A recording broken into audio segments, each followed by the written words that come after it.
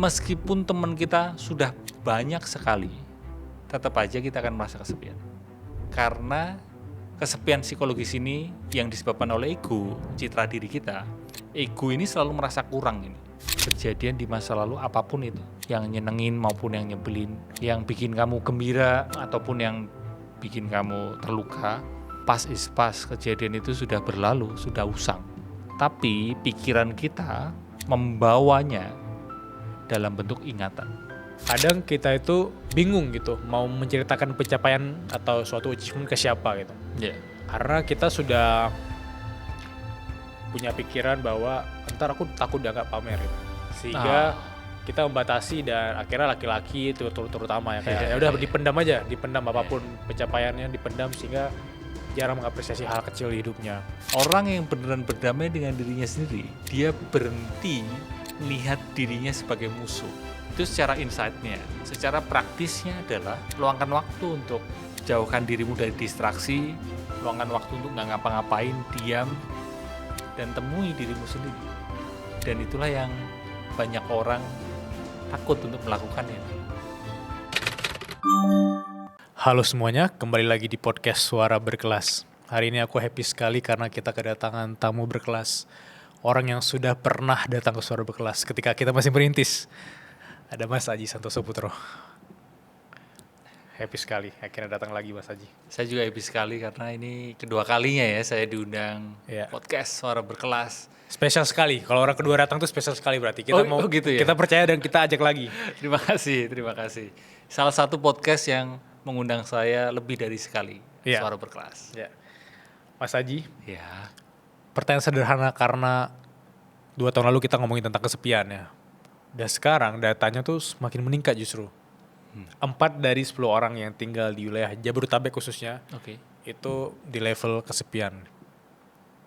Apakah ada hubungannya dengan kita jadi warga Indonesia, WNI? Kayak ada yang bikin konten kayak lahir dan besar sebagai WNI, itu ada jadi dinamikanya. Iya. Gimana POV Mas Aji ngeliat ini? Tentu ada faktor itunya ya. Karena gini, kita perlu ngelihat kita manusia ini secara individu itu juga dipengaruhi faktor lingkungan kan. Jadi personal itu dipengaruhi sosial. Sehingga di sini pun juga aku ngajak ngelihat bahwa kita nggak bisa menyelesaikan permasalahan individu aja gitu. Sebuah permasalahan individu itu pun juga dipengaruhi oleh lingkungan. Aku jadi ingat Bilal, ada satu teori ya, itu ecological system theory. Itu teorinya dari Uri Bronfenbrenner. Ya, namanya nanti tolong dicek ya karena saya kurang ingat untuk namanya, tapi Uri bener, depannya Uri Bronfenbrenner kalau nggak salah, Bronfenbrenner. Nah dia mengatakan itu, menekankan bahwa kalau kita melihat satu permasalahan individu, nggak bisa kita hanya fokus di individu aja, karena perlu juga ngelihat faktor lingkungannya. Kalau terkait dengan WNI tentu ada kaitannya dengan misal struktur ekonomi di negara tersebut, negara kita ini seperti apa, kesenjangannya, kebijakan politiknya, itu ngaruh. Karena kalau misal kita paksain itu ya, hanya menyelesaikan masalah individu, ya susah gitu, susah. Bahkan sekarang ini, akhir-akhir ini, banyak teman-teman saya psikolog, psikiater, bahkan saya sendiri juga ngalamin gitu, banyak teman yang curhat cerita, stres, cemas, panik, itu karena atau akibat situasi negara gitu. Gimana kalau kita melihat situasi ketika banyak orang yang kemudian memutuskan untuk bunuh diri gitu, kayak berakhir pada fase-fase yang berat sekali di hidupnya gitu ya. Kira-kira apakah karena mereka ngelihat orang lain juga pakai jalan itu atau jalur itu sehingga dia juga melihat nggak ada solusi lain, nggak ada opsi lain, dan itu juga pengaruh karena lingkungan juga kan? Ya, lingkungan dan ya kita perlu melihat dua sisi ya, misalnya lingkungan atau sosial dan individu personal. Nah dari sisi personal kita perlu meningkatkan imunitas batin kan, ketangguhan atau ketahanan batin kita gitu. Memang faktanya selain akhir-akhir ini orang juga merasa panik, stres, cemas itu karena situasi negara sebagai WNI, juga seperti katamu tadi, semakin akhir-akhir ini bertambah jumlahnya orang-orang yang bahkan punya keinginan untuk mengakhiri hidupnya. Dan itu PR kita bersama. Bagaimana kita sebagai masyarakat, sebagai sosial, kita perlu saling jaga, perlu warga jaga warga, ya. Karena aku punya saran yang mungkin belum tentu cocok juga buat banyak orang. Gini bilang, kita perlu tidak meremehkan kekuatan daya dari kelompok-kelompok kecil atau komunitas-komunitas kecil. Karena seringkali justru ketika kelompok-kelompok besar, dalam hal ini adalah misal kebijakan politik atau struktur ekonomi yang luas ini, kita merasa kecewa dengan lingkungan besar, justru inilah perlunya komunitas-komunitas kecil itu, kelompok-kelompok kecil yang justru menjaga kewarasan kita, menjaga kesehatan mental kita. Jadi itu perlu mulai kita tengok lah sekarang ini betapa pentingnya kelompok-kelompok kecil sebagai safety net gitu ya, jaring penyelamat ketika kelompok-kelompok besar ini kita sudah tidak bisa bersandar atau tidak bisa menggantungkan diri kita dengan kelompok-kelompok besar gitu. Mungkin tadi masih terhubung dengan pertanyaan di awal aku ya, itu ketika aku bilang menjadi WNI, which is ketika kita ngeliat kondisi ekonomi kita yang mungkin tidak stabil ya.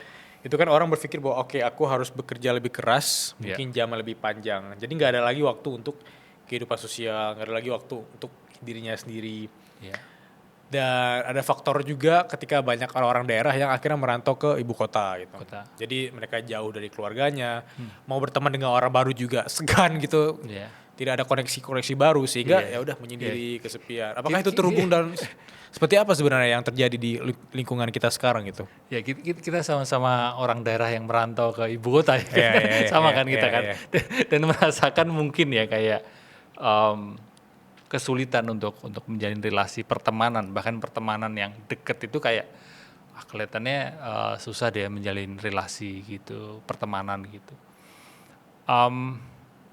Kenyataannya memang kalau kita lihat sekarang dunia semakin terfragmentasi, masyarakat, lingkungan semakin terfragmentasi, yang berarti semakin tebal tembok keterpisahan kita gitu, antara mungkin satu kelompok dengan kelompok yang lain, antara satu manusia dengan manusia yang lain. Nah, tembok keterpisahan inilah yang membuat kita jadi semakin mudah merasa kesepian. Ya. Apalagi ditambah dengan faktor tadi, ketika kita berada di lingkungan yang baru. Kayak misalnya contoh ceritaku aja ya Bilal, kayak aku dari kota Solo, Jogja, lalu ke Jakarta, menyesuaikan bahasanya. Kadang kamu ngalamin gak sih Mas? Iya. Aku sekarang masih ada aceh-aceh gitu kan. Ketika aku ngomong lu gue itu kan medok sekali gitu. Kalau kamu ngomong lu gue juga gak sih? Sesekali sih Bang. Sesekali. Dan kadang kan penerimaannya juga kamu medok, kamu gak cocok ngomong lu gue. Ketika aku ngomong aku kamu kayak loh kok malah terasa terlalu romantis ketika aku kamu ya kan? Apalagi sama lawan jenis gitu, aku kamu. Iya, padahal kalau di kota kita masing-masing mungkin kalau di Aceh gimana? Kalau di Aceh aku kamu? Ada aku kamu tapi versi bahasa Aceh sih. Oh, oke. Dan itu kan ya wajar gitu maksudnya kan. Tapi ketika di sini kan kayak ya harus lu gue gitu. Jadi ada sebuah standar yang harus kita ikutin, dan kadang aku juga merasa wah, aku nggak bisa ngikutin itu, dan disitulah ada fragmentasi dan aku merasa tertinggal, merasa tidak diterima oleh lingkungan yang baru gitu. Keterpisahan itu semakin tebal sekarang ini. Ya individu per individu itu semakin kayak nguatin aku beda dengan dirimu gitu. Dan itu yang membuat jurang itu semakin jauh, dan ya setiap individu rentan mengalami kesepian. Menariknya, padahal kita hidup di era di mana akses untuk terkoneksi itu lebih gampang gitu, ada sosial media dan lain-lain gitu. Tapi kita memilih jalur kesepian karena tadi ada fragmentasi atau batasan-batasan kayak kata Mas Haji, aku dari daerah. Ini kalau aku join mereka nih, apakah ekonomiku cukup atau bisa menyesuaikan gitu. Misalnya aku dari daerah tiba-tiba nongkrong mana Jaksel kayak aduh ini gak bisa bayar kopi atau aku harus pay later. Jadi semakin tebal tuh overthinkingnya sehingga kemudian memisahkan diri sendiri dan merasa tertinggal, membandingkan diri. penjelasan tentang kesepian yang teman-teman mungkin tidak pahami sedang mereka alami itu seperti apa. Terutama ketika kita bermain sosial media, doom scrolling 3 jam, 4 jam, itu padahal kita sedang menjalani fase kesepian itu sendiri tanpa kita sadari. Ya, kesepian itu ada dua ya. Jadi kesepian secara relasi dan kesepian secara psikologis. Kesepian secara relasi, ini tentu relasi bukan hanya relasi romantis ya, maksudnya relasi pertemanan itu kan juga sebuah relasi. Kesepian secara relasi adalah ketika kita memang kekurangan teman. Memang beneran secara nyata kita berada di fase yang kita kurang berinteraksi dengan orang secara nyata ya, bukan di sosial media. Tapi orang secara nyata kita kekurangan teman. Dan kita kan memang makhluk sosial. Sehingga kita membutuhkan itu interaksi dengan manusia lain, dengan orang lain, dengan sejumlah mungkin orang tertentu lah ya, kayak kalau ada Dunbar teori, tahu? Yang lingkaran itu, jadi sebenarnya tuntutan sosial media yang followers berapa? Bila sekarang udah 300.000 lebih kan.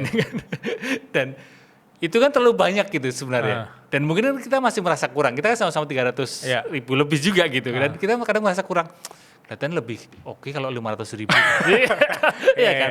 Tapi secara Dunbar teori itu udah sangat berlebihan sebenarnya. Karena yang dibutuhkan nggak sebanyak itu. Bahkan hanya mungkin 5-20 orang itu pun sudah cukup untuk membuat kita tidak kesepian. Jadi ini kesepian pertama adalah kesepian kita kekurangan teman. Beneran secara teman itu jumlahnya kita kurang.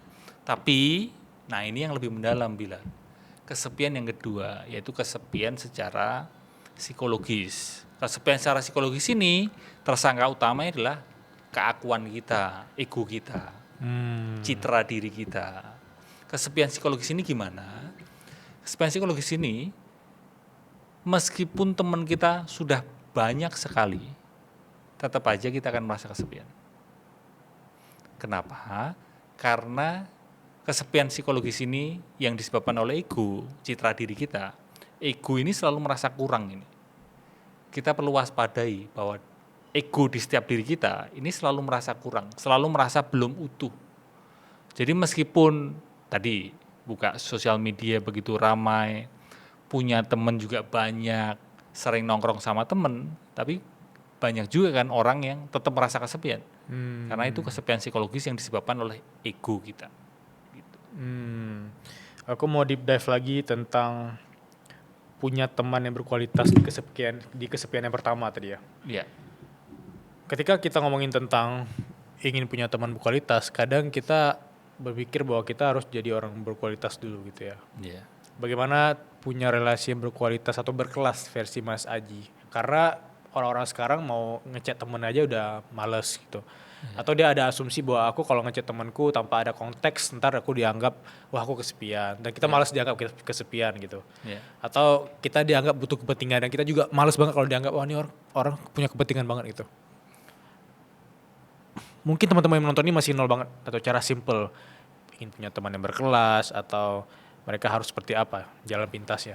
Kalau saya sebatas pengalaman saya terus belajar untuk sayanya lah yang proaktif. Jadi ya mesti kitanya yang show up gitu.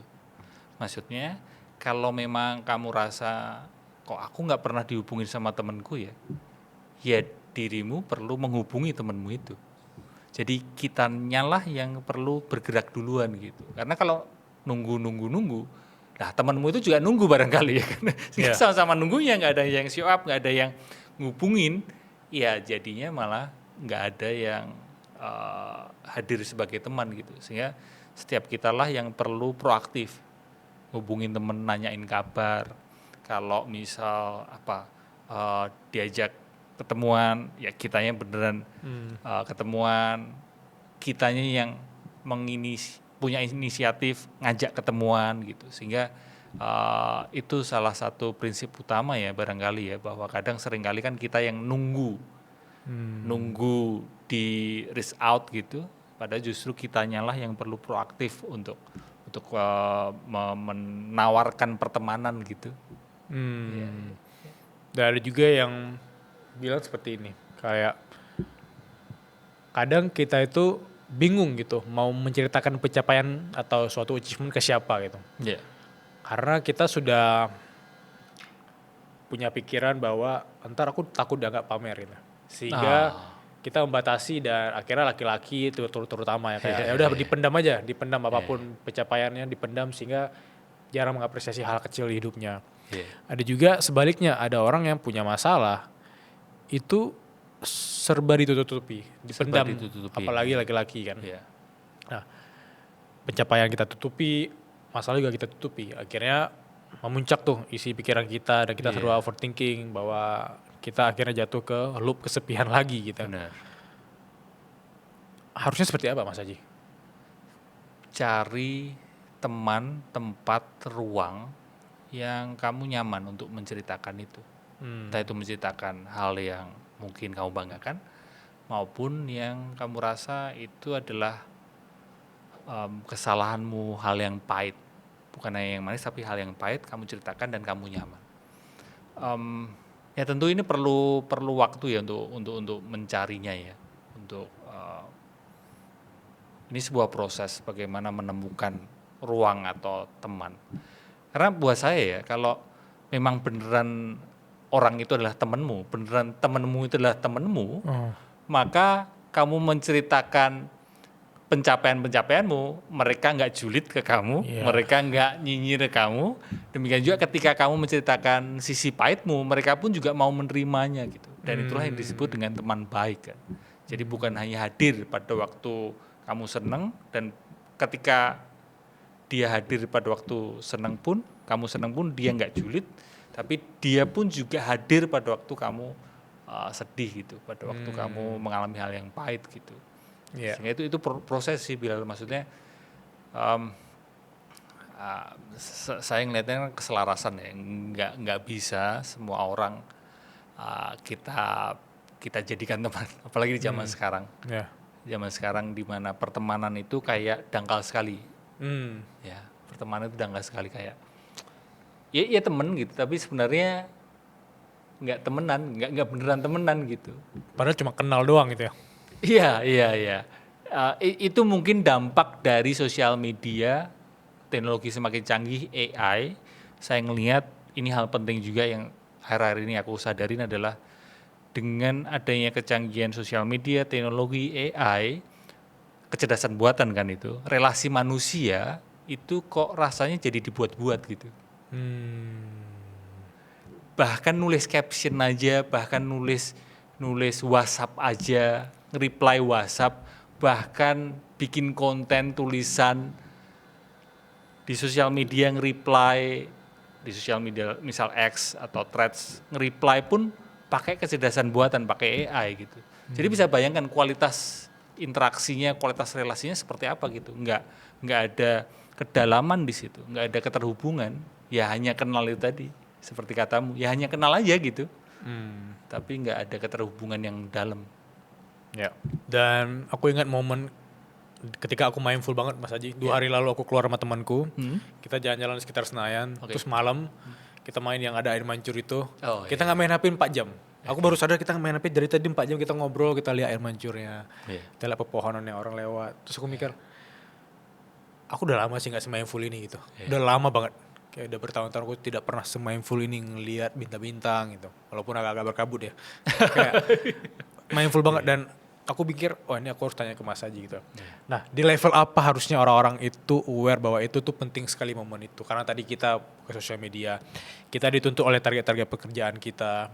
Mungkin kita dibebankan oleh ekspektasi keluarga kita. Nah, untuk balik ke fase itu kan mungkin ada momen tertentu kita lepas dulu semua hal-hal yang tadi teks di kita gitu. Ya. Seperti apa pentingnya balik ke momen mindful seperti aku tadi gitu. Penting sekali ya, karena dengan adanya sosial media, handphone dan sebagainya kita kehilangan kemampuan untuk bosan. Nah itu dia, aku suka tuh kemampuan untuk bosan. Boring skill ini penting sekali. Ya, boring skill itu penting sekali. Kenapa? Karena ketika kita bisa dealing with boring itu, rasa boring itu, maka kita akan lebih bisa melihat hidup ini lebih dalam gitu. Karena selama ini kan kayak boring dikit aja gitu langsung kita escaping, melarikan diri dengan buka handphone. Tentu saja sangat mudah sekali, satu kotak yang kita bawa kemana-mana kita langsung bisa buka dan kita bisa menikmatinya secara gratis, sehingga ada ketidaknyamanan sedikit, ada rasa bosan dikit, langsung kita lari ke hal yang memberikan dopamin itu.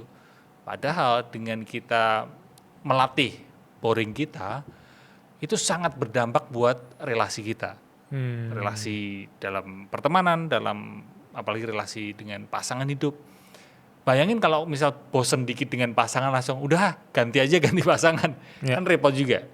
Selain dalam relationship, dalam pekerjaan, betapa pentingnya skill boring ini. Iya kan Bilal, kalau misal kita baru ngerjain gitu, fokus ngerjain satu hal gitu, baru 5 menit merasa bosan, apa yang terjadi? Jadi penundaan kan? Ya udahlah, main yang lain dulu. Ini jadi terbengkalai, nggak dikerjakan. Sehingga skill boring itu sekarang ini itu ya kita kekurangan sih skill boring itu. Padahal itu penting. Apalagi di dunia kreatif juga ada kalanya kan kita perlu boring. Iya, perlu melamun ya. Iya, meskipun melamun ini sendiri kan kalau di pembahasan mindfulness kan agak beda ya. Kalau melamun kan kita hanya terseret pikiran yang wandering itu, kita hanya terseret pikiran itu. Nah, itu melamun. Tapi sedangkan kalau mindful, pikiran muncul dan kita menjadi observernya, kita hanya mengamati saja. Nah, skill seperti ini menjadi tergerus karena kecanggihan digital. Nah, aku jadi ingat mengutip Jonathan Haidt, penulis buku Anxious Generation. Dia mengatakan di TED Talks yang terbaru, dia mengatakan gini, kita manusia supaya lebih bisa sukses ketika menghadapi future digital, misalnya perkembangan digital di masa depan, justru kita perlu mewaspadai bagaimana kita memakai digital sekarang. Mewaspadai. Ya, kita perlu berhati-hati. Sosial media udah sekian tahun kita menggunakan sosial media dan kita sebenarnya benar-benar tahu dampak tidak sehatnya dari sosial media. Lalu sekarang ini beberapa waktu terakhir ini muncullah AI kan. Dan kita pun perlu saling menjaga jangan sampai dengan menggunakan AI sebegitunya justru membuat kesehatan mental, relasi antar manusia juga menjadi semakin dangkal gitu. Ya. Tadi Mas Haji bilang bahwa pentingnya juga untuk kita jadi observer atau mengamati pikiran kita sendiri. Ya. Dan ini relate sama tulisan yang Mas Haji pernah tulis ya waktu itu, yaitu kalau overthinking itu nggak perlu diberhentikan kan. Iya. Dia harus disadari gitu, diamati ya. Jadi kita harus aware sama overthinking kita sendiri gitu. Nah, baik dari kita overthinking, dia nggak bisa mengontrolnya, kita nggak bisa mengamatinya. Dia kayak monyet yang lompat sana sini kayak kita nggak bisa mengontrolnya. Adakah metode simple untuk kita bisa mengamati pikiran kita sendiri, jadi observer terhadap pikiran kita sendiri gitu, bukan dilawan tapi dihadapi, tapi disadari? Ya. Kita perlu tahu dulu bahwa selama ini kita udah cukup sering dicekokin atau begitu banyak ilmu-ilmu mengenai pikiran, terutama ilmu motivasi, yang kurang lebih mengatakan pikiran mesti dikendalikan. Ketika muncul pikiran negatif, ya pikiran negatif harus dihilangkan. Itu kan ilmu-ilmu motivasi, ilmu-ilmu mengendalikan pikiran. Ya, termasuk overthinking. Ketika overthinking muncul, ya kita perlu berusaha supaya pikiran itu tidak bising, tidak ramai. Sedangkan ilmu yang aku pelajari Bilal itu ilmu kesadaran. Dua hal yang berbeda. Di ilmu kesadaran mengatakan bahwa lapisan terdalam diri kita itu bukan hanya pikiran. Selama ini kan kita mengira mind itu hanya ya pikiran gitu. Padahal enggak. Di balik pikiran itu ada kesadaran. Nah, ini satu prinsip dasar yang mungkin banyak orang belum belajar gitu, belum tahu. Di balik pikiran itu ada kesadaran. Semacam kalau kita ngeliat ini mic ini gitu. Berarti kan ada mic, ada mata. Mic-nya sebagai objek, matanya sebagai subjek. Oke. Di balik mata ada pikiran. Pikirannya sebagai subjek, matanya sebagai objek. Bisa diikutin ya? Bisa. Nah, di balik pikiran ketika kamu menyadari pikiranmu, berarti pikiran itu sebagai objek dan ada kesadaran sebagai subjek. Oke. Ya, ini mungkin satu hal satu insight yang banyak orang belum belajar karena hanya berhenti di ilmu pikiran. Oke.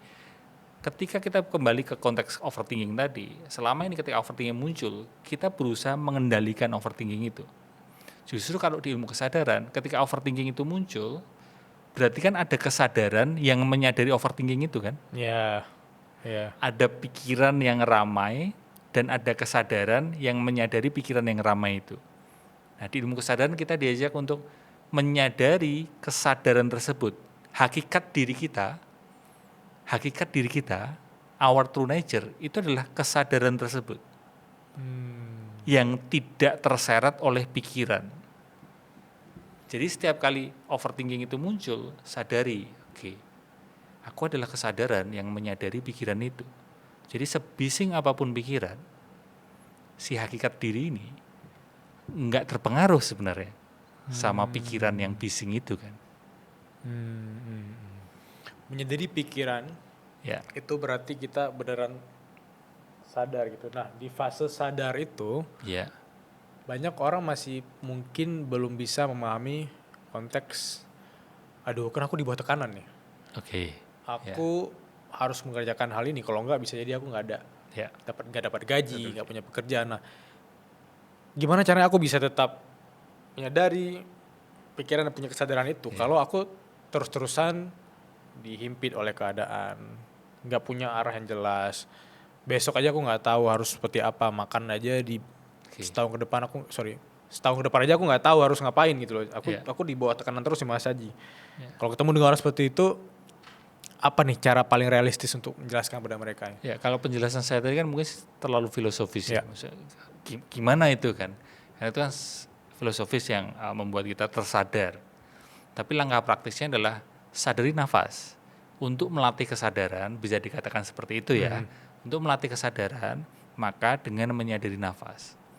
Dengan menyadari nafas, maka kita akan lebih be present di saat ini, di sini gini. Ya. Sebelum tadi penjelasan saya tadi yang ngomong, oh ada kesadaran yang menyadari pikiran, oke, itu diletakin dulu. Sekarang kita bicara hal yang mungkin lebih simpel adalah ketika pikiran ramai, ketika mungkin cemas, khawatir, masa depan seperti apa, yang selalu nggak pasti kan masa depan, maka paling simpel adalah sadari nafas. Ketika tarik nafas, sadari nafas masuk, ketika hembuskan nafas, sadari nafas keluar. Dengan seperti itu, maka apa yang kamu kerjakan atau mungkin ada tekanan dan sebagainya, itu ya tetap perlu kamu kerjakan. Nah, ngomongin tentang tekanan, ngomongin tentang stres, ngomongin tentang masalah. Setiap masalah ini kan ada dua komponen, Bilal. Contoh masalah apa misal? Contoh. Masalah keluarga. Masalah keluarga. Nah, masalah keluarga itu ada dua komponen. Maksudnya adalah komponen pertama, dimensi pertama adalah kenyataan masalah tersebut. Ya, masalah keluarga itu memang nyata. Tapi ada dimensi yang kedua, itu adalah drama pikiran kita. Yang nambahin semakin rumit si masalah keluarga itu. Atau mungkin contoh yang lain adalah kamu ngechat dan nggak dibalas. Oke, ya, paling umum ya. Paling umum kan, wah aku udah ngechat sama temen, sama pasangan, sama pacar, tapi kok belum dibalas. Kenyataannya memang belum dibalas, titik. Tapi seringkali drama pikiran kita akan menafsirkan yang belum dibalas itu sebagai aku ini memang orang yang nggak layak. Ya kan? Terus tiba-tiba muncul juga drama dari pikiran, seharusnya dulu itu aku tidak berrelasi dengan dia. Seandainya, pikiran terus seperti itu. Dengan menyadari nafas, maka kita tidak terlalu attach pada pikiran-pikiran drama pikiran itu. Nah, ketika kita tidak terlalu attach pada tafsiran drama pikiran, maka kita justru lebih mampu, lebih jernih mengatasi masalah yang memang nyata itu. Aku setuju karena ada momen di mana napas tuh kencang banget, tap. Ya. Dan aku sedang di fase panik gitu ya. Which is ketika kita panik banyak hal yang nggak bisa kita kontrol. Ketika kita panik kayak mungkin karakter kita yang selama ini kita tahan tiba-tiba meledak gitu. Benar orang emosian. Apakah teman-teman di luar sana yang memilih jalur menghisap rokok, itu sebenarnya juga escape mereka untuk bisa lebih menyadari napas mereka gitu kan, karena ada tarik lepas gitu ya. Ya. Nah, justru itu positif dong. Atau seperti apa dari POV Mas Haji? Karena mereka justru tidak ingin melepas amarahnya, justru mereka ya udah aku ngerokok gitu. Oke. Gimana? Sebelum kita bahas pertanyaan itu, mungkin kita perlu pahami dulu bahwa kita manusia itu ada sisi doing dan sisi being. Sisi doing ini adalah sisi berpikir, sisi melakukan, sisi sibuk bekerja, sisi sibuk melakukan ini, melakukan itu. Sisi doing ini adalah sisi stres kita dalam menjalani hidup ini. Itulah sisi doing. Nah, manusia seringkali hanya terjebak dalam sisi doing itu. Dan sebenarnya merindukan, membutuhkan sisi being. Sisi being adalah sisi yang just be, hanya di saat ini, di sini kini, ada kelegaan. Seperti halnya ketika misal kamu bilang ketika lari-lari setiap pagi kamu lari atau ketika kamu melihat pemandangan, itu adalah momen-momen yang sebenarnya membuat diri kita just be. Lebih banyak be present kan. Ya. Meskipun mungkin juga ada sisi ketika kamu lari atau olahraga apapun sebenarnya mengajak kita untuk being. Meskipun mungkin di saat itu ketika kamu lari ada kalanya tetap ada mikirin tentang kerjaan. Ya. Tetap ada sisi doingnya, tapi nggak sebanyak ketika kita di luar olahraga atau mungkin pada waktu kerja kita doing sekali gitu. Tapi ketika kita olahraga, ketika kita ngelihat pemandangan, itu adalah sisi being. Nah, kembali ke rokok tadi. Sebenarnya orang merokok itu adalah escaping dari sisi doing dia. Karena merokok itu mengajak dia, membantu dia untuk just be. Bukan hanya merokok, alkohol pun, minum alkohol, itu pun juga mengajak orang keluar dari sisi doingnya atau mengurangi sisi doingnya untuk just be. Wah. Tapi, nah ini perlu selesaikan obrolannya adalah hal-hal itu pun juga perlu dipertimbangkan sisi sehat buat diri kita kan. Karena kalau yang saya bagikan selama ini tentu bukan terus latihan beingnya, momen-momen beingnya justru berdampak nggak sehat buat diri kita. Ya, kalau rokok, alkohol kan tentu berdampak nggak sehat buat diri kita. Sehingga justru dengan olahraga, dengan ke alam, melihat alam, atau sesimpel ya udah dimanapun kapanpun kamu duduk diam, letakin handphonemu, just be. Itulah momen being juga kan gitu. Ya. Terutama di alkohol ya. Alkohol itu orang mengira dia bisa keluar dari sisi doing dia dan lebih being. Hanya saja yang terjadi adalah dengan minum alkohol itu kan menurunkan kesadaran. Bukan melampaui pikiran, tapi menurunkan kesadaran. Iya, lebih being tapi kesadarannya turun. Dan nggak sehat itu. Iya. Yang saya sarankan, yang selama ini saya bagikan justru kita belajar being dan melampaui pikiran tanpa perlu zat atau bantuan apapun. Wah, itu bagus banget karena aku nggak sadar bahwa selama ini tuh aku banyak menghabiskan waktu untuk sisi being juga gitu. Misalnya kayak kita tuh ke tempat ibadah atau kita baca buku atau ngobrol dengan orang tua atau ngobrol sama orang terdekat yang kayak bilang tadi kan, berarti ketika aku ke Senayan terus ngeliat air mancur itu kayak sisi being dan aku even nggak kerjaan gitu 4 jam, even nggak ingin buka HP gitu. Nah itu yang harus diperbanyak dan itu yang bikin balance ke sisi doing kita mungkin lebih produktif nantinya ya. Perlu diseimbangkan ya, jangan sampai terus mungkin kan ada orang yang wah kalau aku terlalu meninggalkan sisi doing dan terus kerjaanku gimana gitu. Nah kita perlu lihat konteksnya bahwa kita manusia modern seringkali terlalu banyak doing kita, melupakan momen-momen being kan. Apalagi kalau kamu lihat air mancur itu kan seperti anak kecil.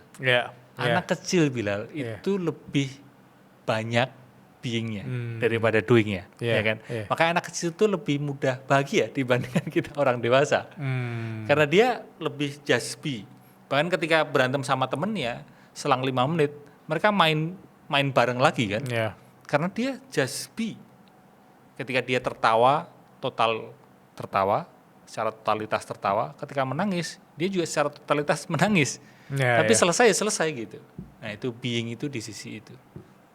Wow. Mungkin teman-teman di luar sana yang masih berpikiran bahwa aku mau berhenti gitu ya, atau aku ngerasa semua ini tidak bisa dilanjutkan karena memang baik dari kita ingin sendiri. Karena kita ngerasa bahwa kita ingin sendiri, kita nggak butuh orang lain itu. Terutama di fase aku tinggal di ibu kota, aku nggak ingin mengecewakan orang lain dan aku nggak ingin juga orang lain mengecewakanku. Jadi ya udah, aku beingnya tuh sendiri gitu. Apakah dengan being sendiri dalam jangka waktu yang panjang, justru akan looping lagi ke kesepian?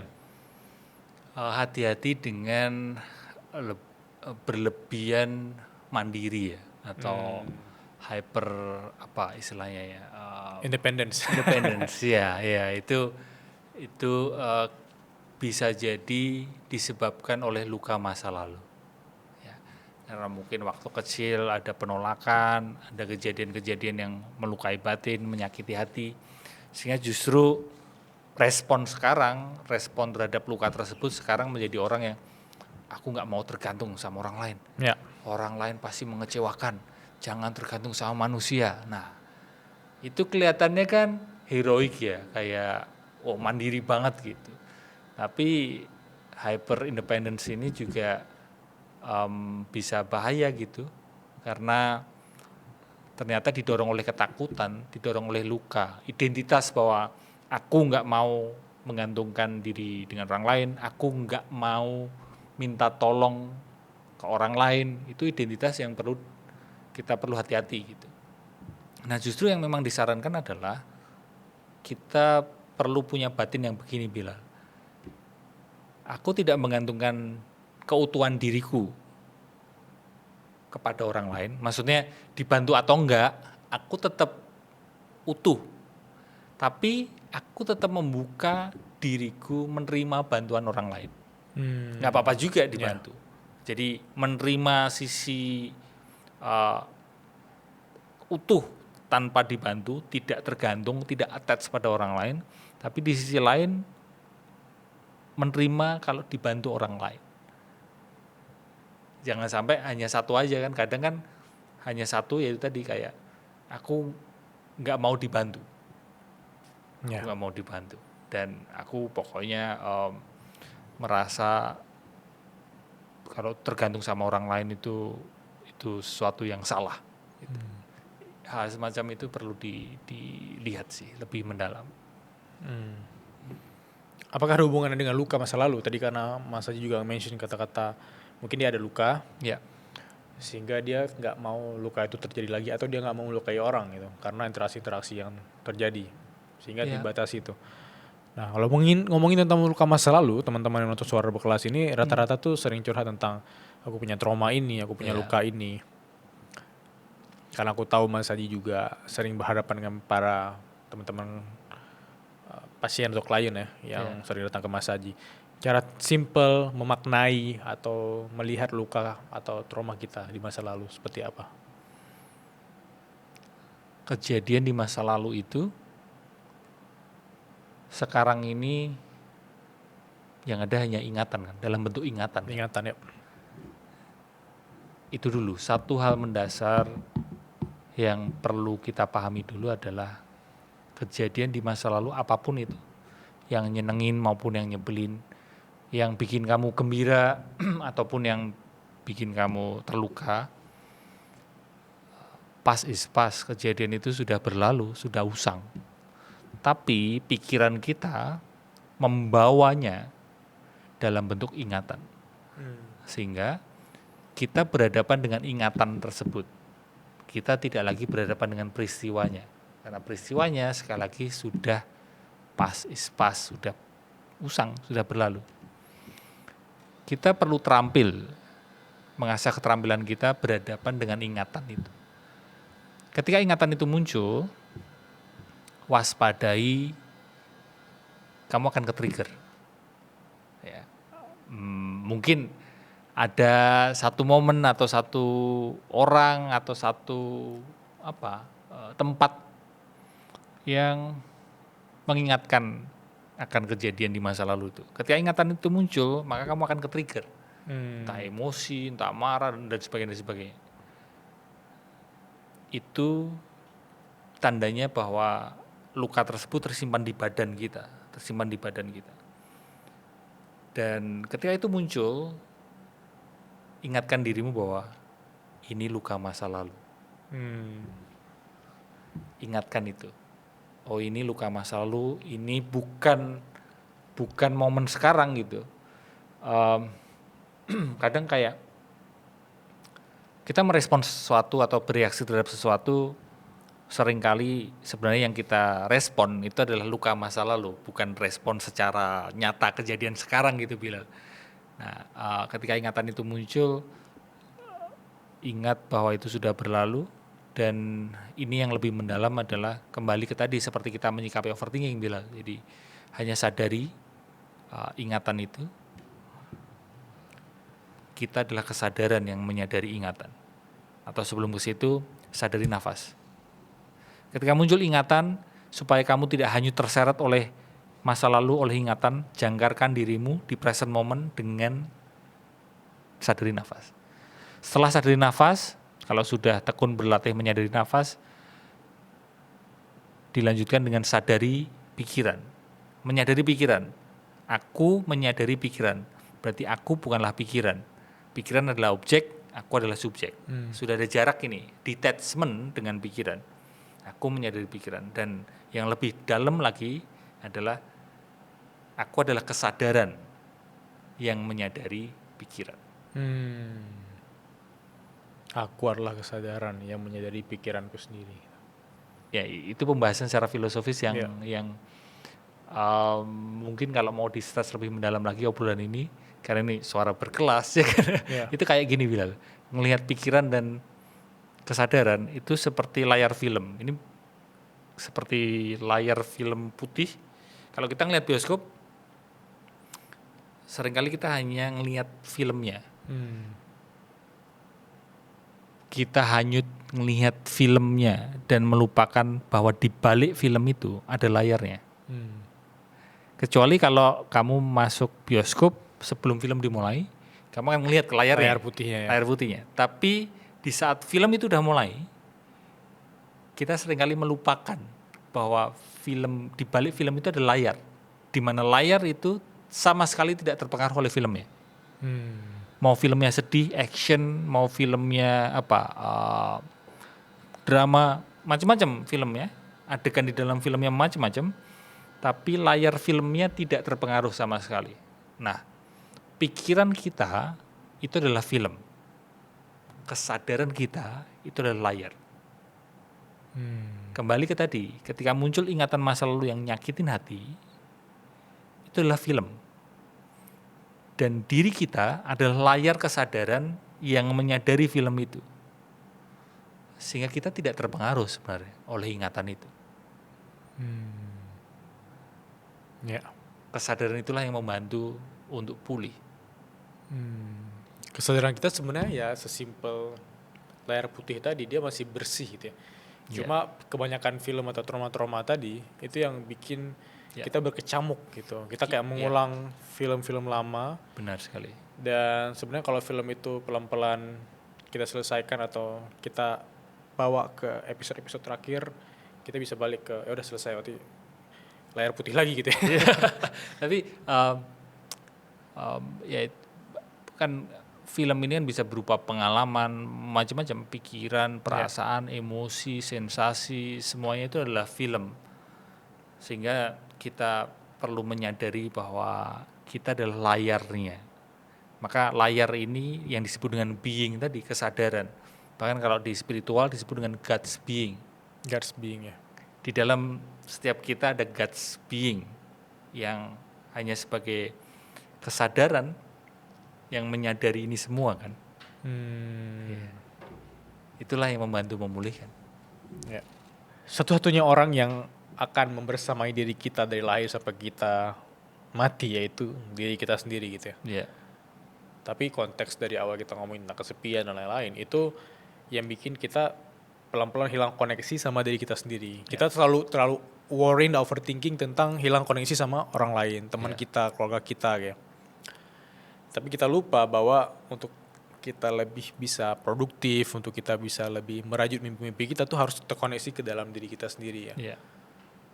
Sebelum ke Q&A, aku mau nanya ini dengan bahasa yang sangat mudah dipahami. Untuk balik atau menjadi teman yang baik dengan diri sendiri itu sebenarnya berakar atau dimulai dari mana, Mas Haji?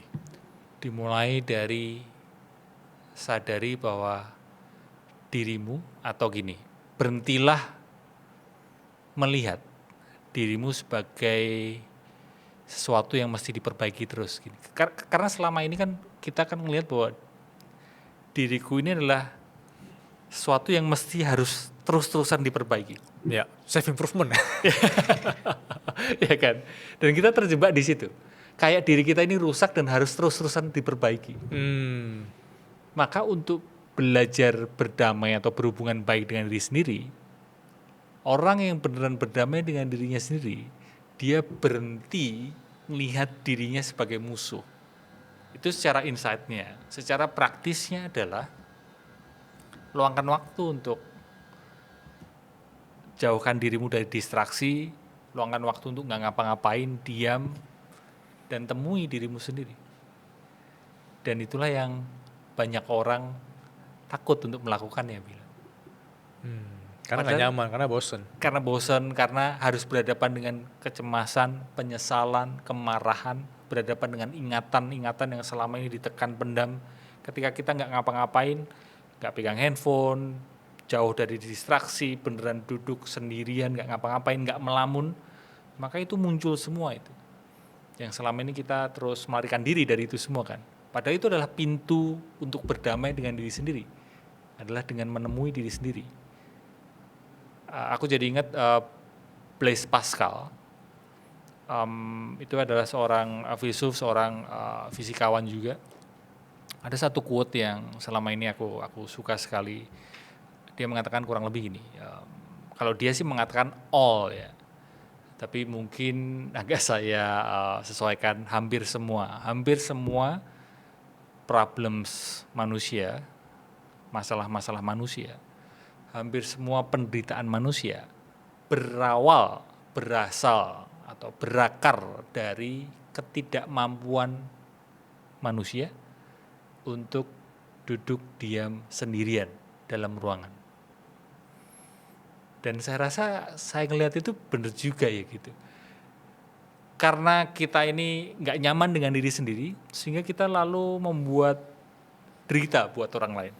Karena kita nggak nyaman dengan diri kita sendiri, lalu kita menginginkan validasi dari orang lain, pengakuan dari orang lain, dengan memunculkan konflik yang berakibat konflik, yang berakibat macam-macam lah ulah tingkah kita sebagai manusia. Karena itu tadi, kembali lagi karena kita selama ini ternyata sangat takut untuk duduk diam sendirian dalam satu ruangan. Karena kita berhadapan dengan pikiran kita sendiri, perasaan kita sendiri.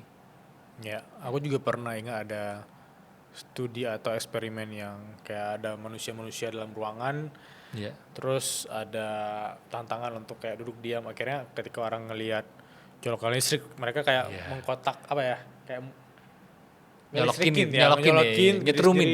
diri sendiri gitu, nyetrumin diri sendiri. Pokoknya mending mereka sakit ngerasain painnya daripada harus diam dengan kebosanan ya. Dan ternyata itu skill yang penting sekali. Ya, selama ini, apalagi akhir-akhir ini, itulah skill untuk nyaman ketika nggak ngapa-ngapain, nggak melamun lo ya, nggak buka handphone, beneran duduk diam, moment of being itu, muncul pikiran, muncul perasaan, hanya amati, hanya sadari, dan kembali ke hal yang mendasar tadi, Bilal, bahwa hakikat diri itu adalah yang menyadari pikiran perasaan itu.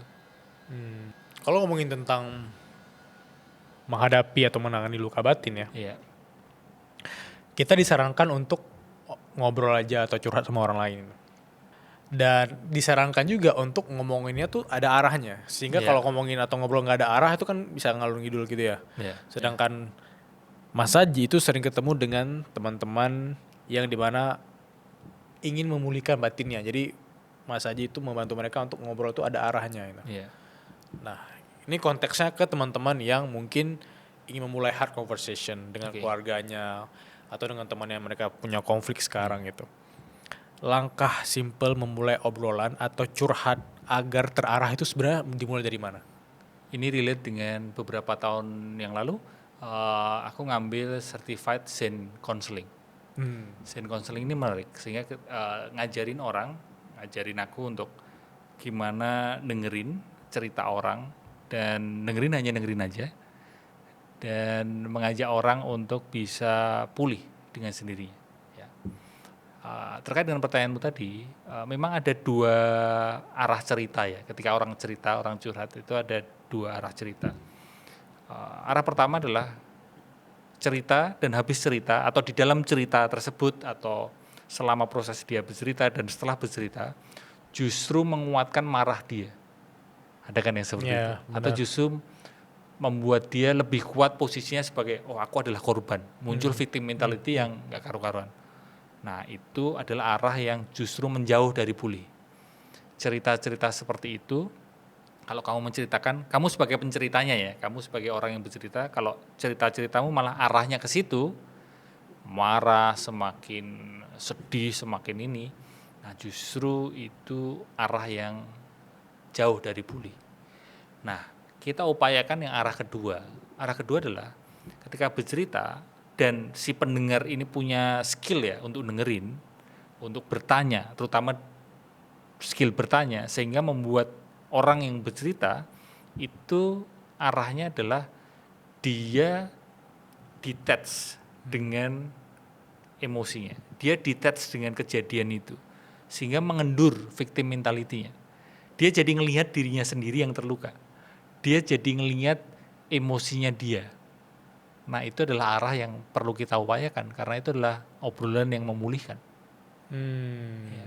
Itu juga membantu melepas topi ego manusia itu sendiri. Iya, karena biasanya ya, alurnya ini sebatas yang aku pelajari di Zen counseling dan sebatas yang aku alami selama ini. Pengalamanku adalah memang orang di awal bercerita egonya adalah aku, ya kan? Aku yang benar, aku yang mengalami itu, aku marah, aku yang ya pokoknya dia selalu aku. Dan attach sekali gitu dengan kejadian itu gitu, nempel sekali. Itu hal-hal yang menurut saya wajar sih, menurutku alami, maksudnya ya manusiawi lah gitu. Tapi justru dengan proses ngobrol membuat dia kayak mengendur dan ada kesadaran bahwa itu sudah berlalu, aku bukanlah itu, aku bukanlah luka itu. Aku bukanlah diriku yang terluka, aku bukanlah ego itu. Itulah obrolan yang membantu memulihkan. Terlalu banyak masalah di hidup ini tuh sesimpel karena kesalahpahaman ya satu sama lain ya. Iya. Dan menghindari hard conversation, menghindari obrolan yang harusnya kita punya gitu. Sehingga overthinking, ketemu dengan orang overthinking, ya udah langsung asumsi-asumsi negatif sehingga rusaklah pertemanan, terjadilah perang, konflik dan lain-lainnya. Iya. Saya rasa banyak konflik, banyak kejadian-kejadian yang bermasalah sebenarnya bisa diurai dengan diobrol dengan baik-baik gitu. bahkan mungkin salah satu faktor yang bikin relasi nggak sehat adalah terus menghindar dari obrolan sulit kan. Ya kalau kita ngelihat komunikasi sebuah hal yang mungkin tidak mengenakan, entah itu antara individu atau mungkin ini bicara tentang komunikasi ke publik gitu, komunikasi ke publik antara lingkungan yang besar dengan warganya gitu, antara negara dengan warganya. Kadang komunikasi ke publik ini kan yang perlu dibenahi kan. Kalau komunikasi ke publiknya kayak apa ya, nggak oke gitu, atau berusaha untuk menyiasati gimana caranya biar nggak dikomunikasikan dengan baik, saya rasa itu membuat relasi tidak sehat kan. Makanya benar katamu bahwa obrolan sulit, difficult conversation memang nggak nyaman, memang nggak nyaman. Tapi hidup ini kan nggak bisa nyaman terus. Ya. Ya. Justru kita bisa bertumbuh karena ketidaknyamanan, karena kesulitan. Maka kalau konteksnya adalah relasi, maka itu perlu diobrolin. Mau nggak mau, suka nggak suka mesti diobrolin. Karena itulah sebenarnya justru momen kita bertumbuh besar adalah di sisi ketidaknyamanannya itu. Hard choice, easy life. Ya. Ya, ya memang begitu. Harus ngobrolin hal-hal sulit. Ya. Di zaman kreators ekonomi kayak sekarang, semua orang berlomba-lomba untuk hasilin cuan dari dunia digital. Tapi faktanya nggak semua orang tahu bahwa kita bisa menghasilkan uang dari satu website builder doang. Kita bisa jualan kelas, bikin digital produk, book konsultasi, sampai bikin e-book, bikin tulisan-tulisan atau karya-karya kita dijual langsung dan orang semua bisa ke sana untuk langsung check out di sana. Jadi kita bisa sambil tiduran 24 jam kita tidak harus mengontrol website builder tersebut, tapi uang bisa tetap masuk dari karya kita. Aku bakal kasih solusinya. Solusinya ada di Link ID atau Linkit, dan aku udah pakai Linkit sejak tahun 2022 dan itu memudahkan sekali kalau kita sebagai kreator menghasilkan uang. Dan semua orang bisa akses karya kamu di sana. Misalnya, kamu penulis kayak aku. Kamu bisa bikin e-book, even orang-orang bisa konsultasi sama kamu dengan bikin appointment di sana. Dan mereka bisa menentukan jadwalnya, menyesuaikan dengan jadwal kita sebagai penulis. Bahkan yang menariknya, meskipun kamu belum punya produk digitalmu sendiri, kamu bisa affiliatein produk orang di Linkit. Dan itu luar biasa banget. Banyak kreator-kreator di luar sana nggak punya produk sendiri, tapi bisa hasilin 2 digit, 3 digit per bulan di Linkit. So, bagi teman-teman yang belum bikin Linkitnya, tunggu apa lagi? Langsung bikin sekarang. 3 pertanyaan Mas Haji dari teman-teman Suara Berkelas. Pertanyaan pertama dari Ferry Pradanatyo.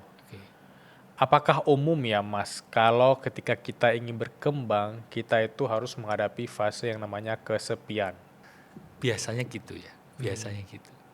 Apalagi kalau kita di posisi founder atau posisi kreator. Top gitu ya. Iya, kreator atau mungkin orang yang punya ide, ya, pengusaha, entrepreneur, founder, kreator, dan orang-orang yang di jabatan atas gitu, kadang kan memang lonely at the top ya. Kesepian, sepi di fase pertumbuhan, apalagi nyampe nanti di sisi yang di atas itu rasa sepi. Kalau ini kan tadi kan pertanyaan di fase berkembang ya. Karena gini, kalau kita di fase berkembang, kita akan punya banyak ide, kita akan punya visi yang jauh ke depan, dan orang-orang di sekitar kita, bahkan mungkin kalau kita ngomongin founder atau kreator, tim kita itu belum melihat visi kita itu. Tapi kitanya sendiri yang sudah ngeliat, ngalamin nggak bilang, bilang, kamu tipe orang yang gitu juga kan? Iya. Nah, hampir semua teman-teman founder gitu pasti merasain hal itu sih. Iya kan? Kamu sebagai founder udah ngeliat A sampai Z misal, sedangkan timmu baru ngeliat A sampai E gitu. Nah sisanya ini kan kita ngeliat sendiri gitu. Cuma kita yang ngeliat sendiri potensi-potensinya yang bisa dikerjain dan sebagainya, dan itulah yang kadang membuat kita kayak, aku sendirian ya ngerjain ini semua ya gitu. Ya karena teman-teman atau orang di sekitar belum melihat sebanyak, seluas, sejauh yang kita bisa lihat. Dan biasanya akan disalahpahami kayak, ini aku dimanfaatin gak sih sama founderku atau apapun gitu kayak. Dari sisi foundernya, dari sisi foundernya. Disalahpahami itu dari sisi timnya, benar? Dari sisi timnya, iya. Tapi dari sisi foundernya, kita akan jadi rentan merasa kesepian. Meskipun sebenarnya secara tim mereka udah ngerjain semuanya gitu. Tapi dari sisi founder karena jauh yang dia lihat, kadang kayak kok semuanya aku sendiri ya yang ngerjain ya gitu. Aku pun juga merasakan itu. Iya. Gitu. Iya. Dan aku juga pernah baca tulisan yang isinya, mungkin ketika kamu berkembang, kenapa kamu kesepian? Karena kamu harus meninggalkan teman-teman lamamu yang tidak relevan lagi. Ya. Dan ketika kamu berkembang, kamu yang ingin menuju ke sana, orang-orang yang ingin kamu approach atau orang berkelas yang ingin kamu kenal belum kenal kamu. Jadi itu di persimpangan antara meninggalkan teman lama sama ingin kenal sama orang yang lebih berkelas tadi gitu. Benar. Sehingga emang di tengah itu kan lonely chapternya gitu ya. Lonely chapter ya. Dan itu kan juga prioritas ya. Mungkin sebelum bertumbuh berkembang, kamu punya waktu untuk nongkrong sama temen, kamu punya waktu untuk ngobrol sama temen. Tapi karena kamu memprioritaskan untuk betul berkembang, mau nggak mau, suka nggak suka, waktu untuk ketemu temen, nongkrong sama temen kan berkurang. Benar ya. Kamu pasti korbankan itu. Iya. Dan itu resikonya akibatnya seringkali jadi pertemanan jadi renggang, jadi teman jadi lebih sedikit. Ya begitu, mau nggak mau kan satu hari 24 jam ya. Kan nggak bisa menambah gitu. Apalagi udah nikah ya. Nah, apalagi udah nikah. Gimana? Kamu mau nikah? Ya, jangan di sini Mas Haji ya. Jadi Ya, tapi bener aku ketemu sama teman-temanku yang kayak tahun lalu belum nikah terus tiba-tiba tahun ini udah nikah gitu. Kayak weekendnya udah diprotek tuh sama keluarganya sama istrinya gitu ya. Tambah satu aspek lagi yang memang masuk perlu diprioritaskan kan. Dan itu akan memengaruhi aspek-aspek yang sebelumnya jadi prioritasnya. Dulu misal aku punya prioritas ya, maksudnya aspek hobi misal nonton bola gitu. Semakin bertambah usia setelah menikah, ya mau nggak mau masih aku sesuaikan kan gitu, nggak bisa terus semuanya dilakukan gitu sih. Ya, kita cek ke pertanyaan kedua. Ya. Pertanyaan kedua dari Kairisa Prima. Dia nanya, ini agak random, tapi aku penasaran, apakah bisa mempelajari untuk punya relasi yang lebih sehat dengan uang ya? Soalnya aku terkesan pelit ke diriku sendiri. Apakah ada cara mindfulness yang bisa efektif? Relasi dengan uang ya. Ini satu hal yang menarik sekali ya. Dan mungkin masih banyak orang yang belum bahas ini, belum ngobrolin ini.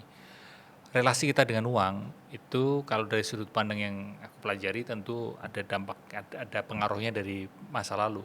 Bagaimana orang tua kita dulu berrelasi dengan uang. Bagaimana orang tua memberikan gambaran mengenai uang ke kita pada waktu kita masa kecil dulu. Bagaimana orang tua kita ngasih uang saku ke kita, terus bagaimana orang tua membicarakan uang di dalam keluarga dan kita sebagai anak kecil mendengar itu semua mempengaruhi gimana relasi kita dengan uang di fase dewasa atau masa dewasa. Ada dua relasi uang ya. Sebagai penanya tadi kan dia mungkin merasa bersalah ya ketika ngasih uang ke diri sendiri. Ya kayak pelit sama diri sendiri. Pelit ke diri sendiri atau merasa bersalah ketika apa itu Bilal kalau ngasih self reward. Oh, self reward ya. Habis sukses melakukan sesuatu, habis mencapai sesuatu terus self reward tetap merasa bersalah ke diri sendiri. Ada yang seperti itu, tapi ada juga yang justru antitesanya atau sisi ekstrim sebaliknya adalah orang yang boros sekali untuk diri sendiri. Nah, dua hal ini memang sama-sama gak sehatnya. Ya. Ada orang yang sangat mengglorifikasi uang, sangat senang sekali dengan uang, sehingga jadinya rakus, jadinya serakah. Ada yang seperti itu. Uang adalah segala-galanya. Tentu itu gak sehat. Banyak contohnya yang terjadi. Tapi di sisi satunya juga ada yang menganggap uang itu berdosa. Ada yang menganggap uang itu sesuatu yang harus dijauhin, itu pun juga nggak sehat. Nah, maka kita perlu menjaga di middle path. Nah, uang ini kan netral sebenarnya. Dengan berlatih mindfulness, berlatih kesadaran, maka kita akan terlepas dengan pola-pola yang terlalu senang dengan uang dan terlalu benci dengan uang. Kita ngelihat uang itu netral. Cuma ini memang topik yang sensitif ya dibicarakan. Ngomongin uang itu adalah tema yang sensitif buat banyak orang. Kenapa? Karena seringkali dianggap uang itu adalah simbol keamanan, uang itu adalah simbol kekuasaan. Aku punya banyak uang maka aku menjadi bisa menguasai banyak orang dan sebagainya. Pada kembali lagi kita perlu melihat uang itu netral. Maka dengan begitu relasimu dengan uang akan lebih sehat. Menarik itu relasi dengan uang. Iya, siapa tahu orang yang menonton ini juga masih ngerasa bahwa mau spending untuk dirinya sendiri itu serba salah gitu. Kayak tadi self reward malah makin guilty ya. Iya, padahal juga nggak apa-apa juga gitu. Ya, perlu ditelusuri lebih mendalam. Kenapa? Ya. kamu merasa bersalah. Nah di situ biasanya akan terbuka itu pintu-pintu dan biasanya sih terhubung dengan pengalaman masa kecil. Ya, masa kecil yang dimana serba kekurangan atau serba penuh ancaman kali ya. Iya, iya. Atau mungkin waktu kecil ada ketakutan mungkin ya, ada ketakutan. Waktu Kalau kecil. aku sih pernah di fase berpikir bahwa oh dari kecil itu memang disuruh terbiasa untuk hemat dan terbiasa bilang bahwa entar kalau misalnya taruh barang tuh jangan sembarangan, entar takut hilang. Jadi rasa takut kehilangan dan punishment kalau itu hilang itu pernah aku pikirkan juga sih. Iya, iya. Yang juga sering terjadi adalah kita mengaitkan harga diri kita dengan uang yang kita punya. Ya, itu Itu sering banyak juga, gitu, ya. banyak sering sekali kan. Ya. Kayak kita Ya, takut value kita hilang kalau uang juga hilang gitu ya. Itu bisa berbahaya sekali, licin sekali membuat kita rakus karena selalu merasa kurang karena kita beranggapan semakin banyak uang yang kita punya maka semakin bernilai harga diri kita. Nah, itu perlu diwaspadai juga. Ya. Apakah kita mengaitkan nilai harga diri kita, mengaitkan keberhargaan diri kita dengan uang yang kita punya? Nah, itu perlu kita renungkan. Kalau iya, maka kita termasuk saya mungkin ya punya potensi untuk rakus juga. Ya, ya. Kita ke pertanyaan ketiga. Dari Selin NP. Oke. Punya sahabat toksik tapi telanjur sayang banget. Gimana caranya biar mental kita tuh nggak ikutan capek kalau ketemu dia terus? Toksik tapi Dia sayang banget. Terlanjur sayang banget. Sally NP. Gimana supaya kita tidak ikut Gimana caranya biar mental kita tuh nggak capek terus gitu menghadapi dia? Karena dia udah terlanjur sayang kali ya. karena kalau udah terlanjur sayang berarti boundary secara fisik kan sudah tidak bisa dilakukan ya. Iya, Karena iya. kan kepengennya deket terus gitu. Iya. Karena kalau belum terlanjur sayang kan ya boundary secara fisik aja, jaga jarak secara fisik gitu. Maksudnya kan tadi teman ya, jadi mungkin bisa tidak cukup sering bertemu. Benar, ya. Gitu. Tapi kalau sudah terlanjur sayang, maka yang perlu dilakukan adalah boundary psikis. Boundary psikis ini adalah ya tetap bertemu. Hanya saja apapun yang dia lakukan, ucapan dia, perkataan dia, apapun yang perilaku dia, kamu sadar bahwa itu lebih banyak karena dirinya sendiri. Ya. Itu boundary psikis. Jadi kita jadi tidak terlalu baper. Itu juga terjadi biasanya di lingkungan keluarga kali ya. Kayak Iya, iya. Tapi itu lebih susah. Iya, Ya kan? Ngalamin nggak Bilal? Kalau Iya. keluarga kadang boundary psikis ini susah. Apalagi keluarga di lingkungan yang sama terus ya. Ya, kalau keluarga kan seringkali boundary fisik kayak susah kan.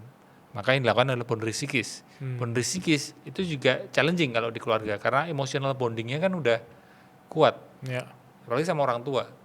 Orang tua menganggap ngelihat kita ya seumur kita kan. Iya. Mereka berrelasi dengan kita gitu. Kita pun juga melihat orang tua ini, kita ngelihat orang tua seumur kita gitu. Maksudnya dari lahir sampai usia kita sekarang kan berrelasi dengan orang tua. Orang tua juga gitu kan. Berrelasi dengan kita kan dari kita lahir sampai sekarang. Sehingga di setiap diri kita punya gambaran, punya memori bahwa kita sebagai anak ngelihat orang tuaku itu ya begini, A, B, C. Sedangkan orang tua juga begitu, punya citra, gambaran mengenai diri kita. Oh, anakku itu X, Y, Z gitu. Memang orangnya itu seperti itu gitu. Dan itu justru membuat relasi menjadi tidak hidup. Padahal ya namanya tadi perkembangan diri itu justru tidak terikat pada aku anak si A, anak si B gitu. Justru yang kita apalagi anak rantau kali ya. Banyak hal yang kita evolve ya. Iya. Ada kata-kata yang bilang kita ini tetaplah anak kecil di mata orang tua kita, tapi di tubuh orang dewasa kita ya. Iya, kita kan bertumbuh dan berkembang gitu. Kamu ngalamin sih kayak orang tua, loh dulu waktu kamu kecil itu kamu nggak suka ini loh. Kok sekarang kamu habis merantau kok suka sih gitu. Kayak mereka tidak mau menerima kenyataan itu kan. Padahal kan kita kan sebagai manusia kan bertumbuh berkembang kan. Dan itu ya itu tantangan boundary psikis. Kembali ke pertanyaan tadi ya, perlu dilakukan adalah boundary psikis. Atau dalam konteks dunia kantor juga banyak teman-teman seperti itu yang kayak emang kadang ucapan dia tuh nyelekit banget gitu. Tapi kita mau lihat dia berkembang, kita ingin lihat potensi dia tuh semakin growing gitu. Iya. Tapi kadang ucapannya atau cara dia berkomunikasi sama kita itu bisa aja nyebelin. Iya. Nah, boundaries psikis tadi itu penting sekali gitu ya. Ya, boundary psikis itu terpenting itu. Yang dia ucapkan, yang dia lakukan itu lebih banyak karena dirinya sendiri gitu. Mungkin karena pengalaman masa lalu dia, karena pengalaman masa kecil dia, karena sisi emosi dia gitu. Meskipun mungkin itu konteksnya adalah dia ngomong ke kamu gitu, atau dia merespon apa yang kamu lakukan, dia merespon omonganmu gitu. Misal kamu ngomong sesuatu ke dia, lalu dia nanggepin omonganmu gitu.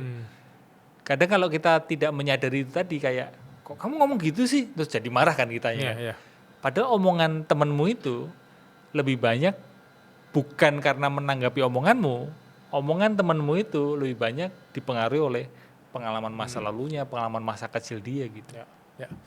Itu paling menarik dan banyak sekali orang struggle dengan itu gitu. Kayak take it personally tiap hari ketemu dengan teman-teman terdekatnya gitu.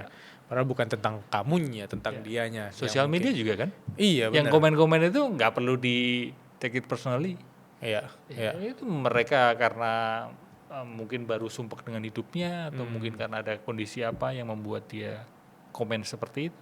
Ya. Jadi nggak perlu terlalu baper lah. Ya. Wow. Mas Haji, waktu itu mungkin belum ada pertanyaan ini ketika Mas Haji ke Suara Berkelas pertama kali. Sekarang aku izinkan menodong ini. The worst advice yang pernah Mas Haji terima. The worst advice yang pernah aku dapatkan gini. Hidup ini perihal mendapatkan. Itu satu hal yang setelah bertambahnya usiaku, sebatas hidupku selama ini, aku ngelihat kok kayaknya kurang tepat ya gitu. Karena ternyata hidup ini juga perihal melepaskan, juga perihal kehilangan. Kenapa itu aku anggap sebagai worst advice? Karena kalau seandainya aku menghidupi advice itu, maka sepanjang hidupku ya aku hanya berusaha untuk dapetin, meraih, becoming, getting. Padahal justru kelihatannya semakin bertambahnya usia, hidup ini kan juga banyak momen-momen yang perlu melepaskan kan. Dan aku ngelihat juga ada banyak orang yang karena tidak terampil melepaskan, jadi dia mengalami momen mesti melepaskan, mesti menghadapi kehilangan. Karena dia tidak terampil menghadapi momen itu, justru menjadi orang yang jahat. Ya. Maka ya ada kalanya kita mendapatkan, tapi ada kalanya kita memang perlu melepaskan. Sehingga kalau saya boleh menyesuaikan advice itu, bukan hanya mendapatkan, tapi hidup ini kita perlu belajar melepaskan. Karena barangkali hidup ini adalah perjalanan melepaskan sebenarnya. Latihan untuk melepaskan. Iya. Di akhirnya nanti kita melepaskan badan kita kan. Sebelum di akhir nanti ketika kita jadi orang tua, kita perlu melepaskan pertemanan, melepaskan keluarga, melepaskan anak. Bertambahnya usia, bertambah dewasanya kita, justru kita perlu melatih, melepaskan ini. Wow. Belajar melepaskan, dan aku bisa bilang orang-orang yang menurut aku punya mental yang kuat sekali itu ketika mereka sudah puluhan kali menghadapi fase-fase melepaskan itu sih. Iya, orang kuat, orang tangguh, orang yang berkelas, itu selalu mengalami momen-momen yang tidak mudah, momen-momen yang sulit. Selalu ada luka di situ, selalu ada bekas luka di situ. Itu adalah orang-orang yang berkelas. Makasih banyak Mas Haji. Terima Suara kasih, Berkelas. Bilal. Sehat terus. Makasih semuanya. Sehat-sehat juga.